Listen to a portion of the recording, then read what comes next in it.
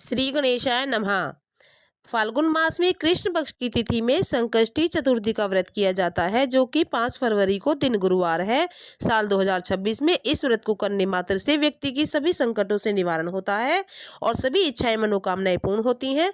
सुबह स्नान दी से निर्वित होकर के धूप दीप दिखा करके गणेश भगवान को शुद्ध जल से शुद्ध कर ले। भगवान श्री गणेश का पूजन करें, अर्थात चंद्र उदय होने के उपरांत ही शाम के समय इस व्रत का पालन किया जाता है। जो भी भक्तगण श्रद्धा और भाव निष्ठा के साथ इस व्रत को करते हैं, अर्थात शुभ मुहूर्त में पूजा विधि करते हैं, उसकी आर्थिक समस्या दूर हो जाती है और असीम कृपा प्राप्त होती है।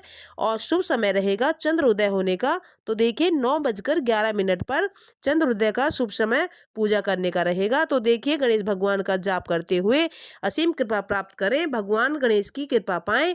और फाल्गुन मास में अत्यंत ही महत्व व्रत है। इस व्रत को करने मात्र से भक्तों की सभी इच्छाएं मनोकामनाएं स्वतः रूप से पूर्ण हो जाती हैं।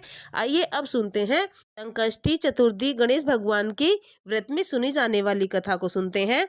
फाल्गुन मास में जो सुनी जाती है, सतयुग की बात है कि एक धर्मात्मा राजा था। वह बहुत ही अपने राज्य में धार्मिक कार्य किया करता था।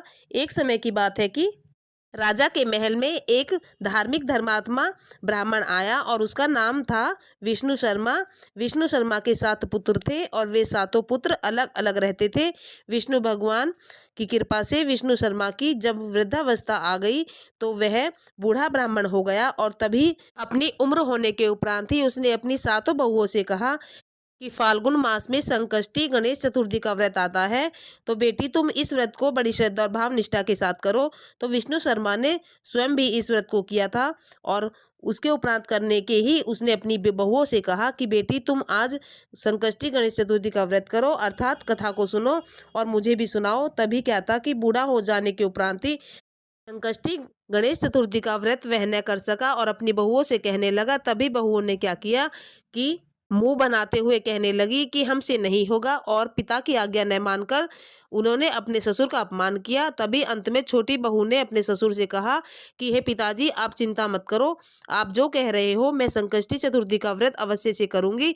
अगर ये दीदी नहीं करती हैं तो मैं अवश्य से करूंगी, आप चिंता मत कीजिए। तभी क्या होता है कि ससुर जा करके बाजार से सामग्री ले आता है व्रत की और भोजन नहीं करता है, अर्थात बहू के कहने के उपरांत ही वह सारी सामग्री ला करके अपनी छोटी बहू को दे देता है और खुद भी भोजन नहीं करता है, क्योंकि उसे तो कथा सुननी थी संकष्टी चतुर्थी के व्रत की।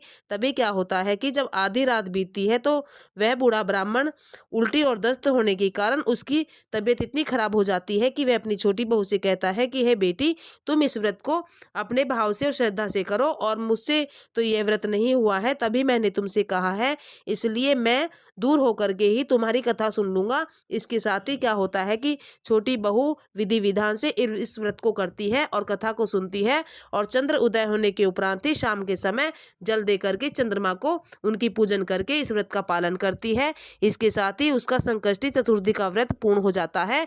इससे उसके ससुर अत्यंत ही प्रसन्न हो जाते हैं और खुश हो जाते हैं। तभी क्या होता है कि जैसे ही छोटी बहू गणेश चतुर्थी का व्रत पूर्ण कर देती है और पूजा विधि करके समापन करती है, जैसे ही ससुर की तबीयत ठीक अच्छी हो जाती है और गणेश भगवान की कृपा से उसके ससुर स्वास्थ्य अच्छा हो जाता है। तभी क्या होता है कि गणेश भगवान की कृपा से छोटी बहू का घर धन धान्य से भरपूर परिपूर्ण हो जाता है और जो 6 बहुएं थी उनके घर में अन्न के लाले पड़ जाते हैं और भूखी रहने लगती है, बच्चों के लाले पड़ जाते हैं खाने के।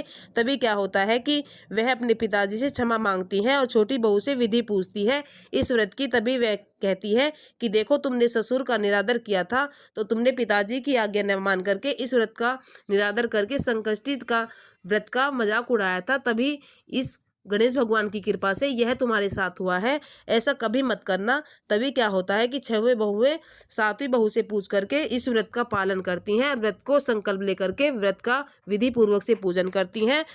फिर 7 बहुओं के घर में धन धान्य से भरपूर भंडार भर गए और उन्होंने संकष्टी चतुर्थी का व्रत श्रद्धा और भाव निष्ठा के साथ किया और गणेश भगवान का पूजन किया और कथा सुनी। फिर तो क्या था, अन्य बहुओं के घर में भी इस घटना से प्रेरणा मिली और गणेश भगवान का व्रत किया श्रद्धा और भाव निष्ठा के साथ। जो भी भक्तगण इस व्रत को श्रद्धा भाव के साथ करते हैं उनके घर में धन धान्य के भंडार भर जाते हैं। गणेश भगवान की कृपा से सभी संकटों का निवारण होता है, समस्त पाप नष्ट हो जाते हैं। सभी बोलिए श्री गणेश भगवान की जय। संकष्टी चतुर्थी गणेश भगवान का जो व्रत होता है, हर महीने की कृष्ण पक्ष की चतुर्थी में यह व्रत किया जाता है। और चतुर्थी के दिन में पूरे दिन उपवास करके और रात्रि में चंद्र दर्शन करके उनकी पूजा करके ही इस व्रत का पूर्ण रूप से फल प्राप्त होता है। विधि पूर्वक से सभी परिवारजनों में सुख समृद्धि प्राप्त होती है, सभी संकटों का निवारण होता है। संकष्टी चतुर्थी गणेश भगवान का जो व्रत है, गणेश भगवान को ही समर्पित होता है। इस व्रत का विधि पूर्वक से पालन करें। प्रत्येक माह में संकष्टी चतुर्थी का व्रत अवश्य करें और इनका आशीर्वाद प्राप्त करें। बोलिए गणेश भगवान की जय। श्री गणेशाय नमः।